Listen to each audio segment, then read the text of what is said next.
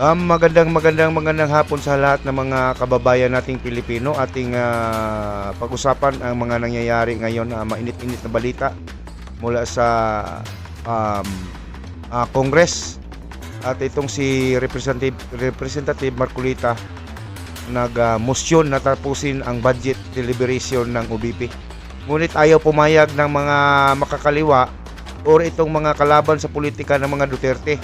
Gusto talaga nilang ipitin ang anak ni dating Presidente Duterte. At parang may gusto silang ibig sabihin na ipahiya talaga. Kailangan dumalo ang Vice Presidente.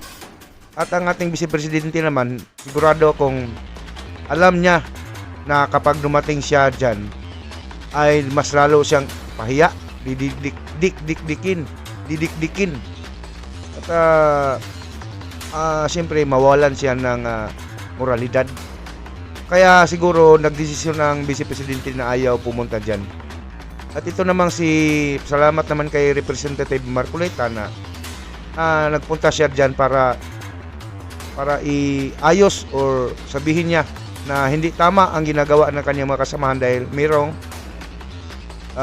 tinatawag na tradisyon nila dyan sa representative na kapag presidente or vice presidente na opisina ay bigyan na natin ng madali ang pag-deliberate at bigyan natin ng respeto ang kanilang mga posisyon dahil ito hinalal ng napakaraming botante. Kaya nga naging vice presidente at naging presidente ang dalawang pinakamataas na opisyal sa bansa, di ba?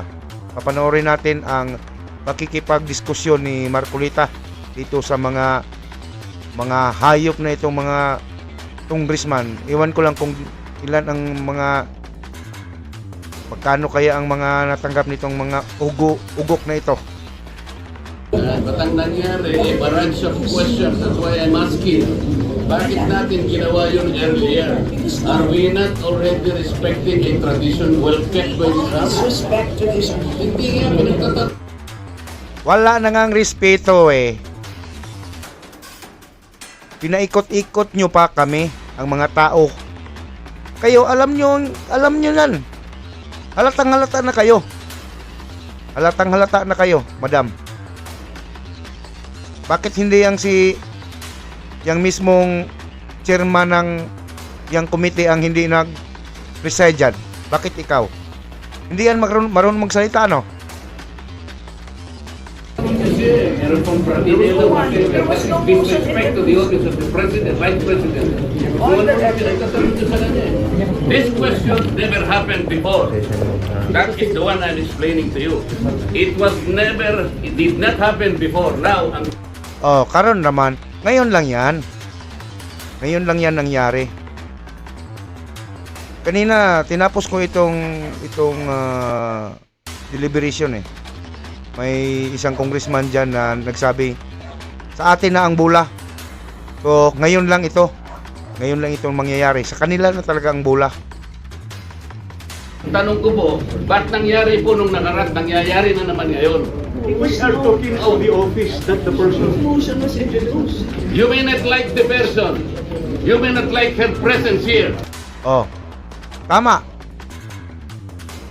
Hindi nyo talaga gusto ang presensya ni VP Sara dyan. Ang gusto lang ninyo na magpunta si Sara dyan para pahiyain.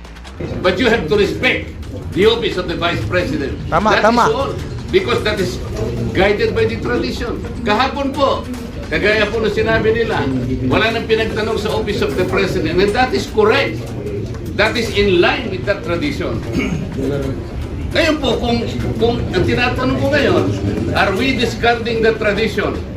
And is this committee authorized to discard a well-kept tradition? So kaya nga, then why... Ang gustong sabihin ni Representative Marcolita na gusto pa ba natin na ayaw na ba natin na gamitin pa natin ang tradisyon? Dahil kung hindi, napakadelikado nito. Kung gagawin nila ito ngayon na wala nang respetohan, baka sa susunod wala na. Wala nang tradisyon talaga. Wala nang respetuhan. Alam nyo, kung sa susunod na budget hearing, wala nang nirerespeto itong mga kongresista na ito. Kung pababayaan natin yan, ang ibig sabihin ni Marcolita, kung pababayaan na, wala nang tradisyon na magrespetuhan, sa susunod na mga deliberation, sa sunod na in the future,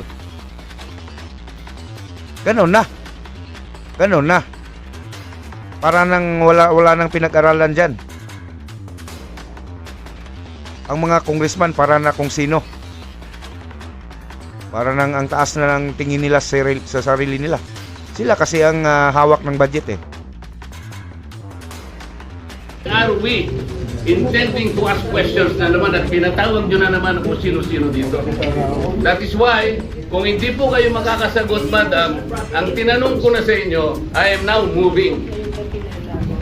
Oh, may brati-bratinela pa. Saan po kayo nakakita ng gano'n? This did not happen anytime.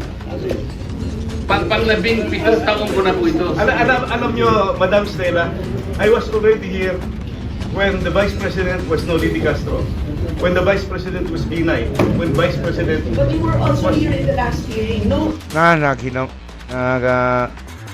Anong tawag nito? Naghinambugay na sila. Motion was introduced. Yun na nga, kasi question na kaagad eh. Walang man lang...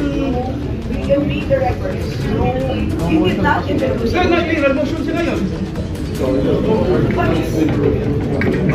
yung status, Alam nyo, panggigipit lang talaga ito ng mga ni Tamba.